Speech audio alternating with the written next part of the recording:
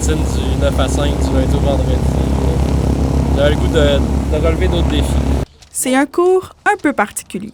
Aujourd'hui, David Gagné apprend à voler. Moi, en fait, c'est un changement de carrière. J'ai un frère qui fait ça comme métier depuis quelques années. Puis ça m'a vraiment donné le goût de faire le changement. J'étais tanné de mon autre emploi. Lui qui était opticien a fait le grand saut et se forme pour obtenir une licence de pilote privé accessible après 45 heures de vol et des cours théoriques. C'est un métier qui peut faire rêver, mais avec de la volonté, il peut devenir réalité. L'aviation peut sembler très inaccessible, mais que concrètement, c'est peut-être plus accessible qu'on pense. Puis que même si c'est un parcours au début qui est difficile, je pense que ça en vaut vraiment la peine. Être pilote est souvent associé à l'aventure, au paysage et au voyage. Par contre, la réalité de la vie d'un pilote est bien plus exigeante et complexe que ce qu'on pourrait imaginer. Suivons de près David et Samuel dans leur quotidien pour découvrir les coulisses fascinantes du métier.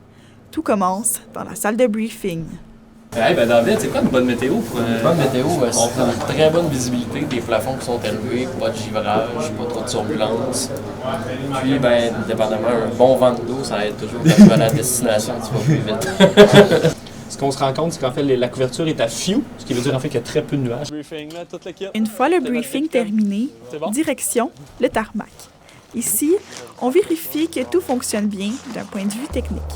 Avant de partir en auto, on fait tous la même chose. On s'assied, on redémarre la voiture et on s'en va. Mais en aviation, on prend vraiment des mesures de sécurité tout le temps, un petit peu plus. Pourquoi? Parce qu'on est dans le ciel. Hein? Donc, s'il arrive un problème, c'est plus compliqué que juste se remettre sur le bord de la route. Au début de ma formation, j'étais plus nerveux un petit peu. Là, plus ça va, j'ai plus de nervosité vraiment. Là.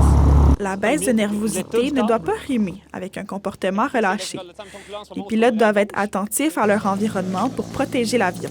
Car même si le ciel est parfaitement bleu aujourd'hui, l'hiver canadien comporte son lot de risques pour les aviateurs. Il peut y avoir du givrage en vol, par exemple. Donc, les temps sont assez froids. Si on a, de l'exemple, de la bruine en vol, ça peut geler sur les ailes. Et littéralement, une aile qui gèle ne vole plus. Les deux pilotes embarquent pour 1h30 de vol, mais il reste encore quelques cases à cocher avant de s'envoler.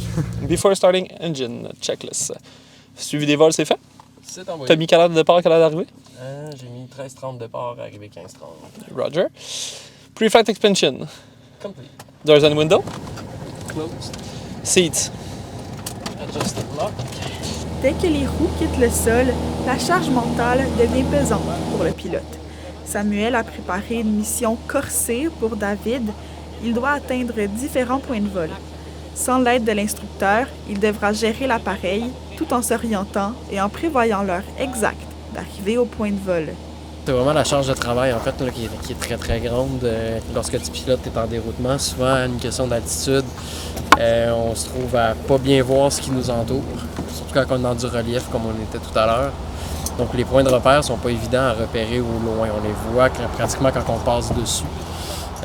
Donc ça, on est constamment en train de regarder notre carte, chercher des points de repère, tout en pilotant l'avion, bien sûr. Fait que c'est ça qui est une bonne charge mentale à tout gérer en même temps. C'est l'heure de l'étape la plus difficile du vol. David doit trouver un petit lac parmi des dizaines d'autres étendues gelées au milieu des collines du Nord Saguenay. Retour au bercail après avoir survolé les monts Valin et le fjord du Saguenay. David a réussi sa mission. Il reste encore à couvrir l'avion, froid oblige. Malgré la fatigue, la journée n'est toujours pas terminée. Élèves et instructeurs se retrouvent dans la petite salle pour un débriefing pour discuter de leurs impressions. Des journées comme celle-là, David en connaîtra encore quelques-unes avant de pouvoir voler de ses propres ailes. Ça rentre encore! Mais piloter demande un sacrifice financier. Pour chaque cours, David doit louer l'appareil et payer son instructeur. Les gens doivent débourser, puis évidemment, un avion, c'est quand même une machine qui est coûteuse à louer, évidemment. 190 de l'heure, plus l'instructeur. Ça fait des petites factures qui vont très très vite.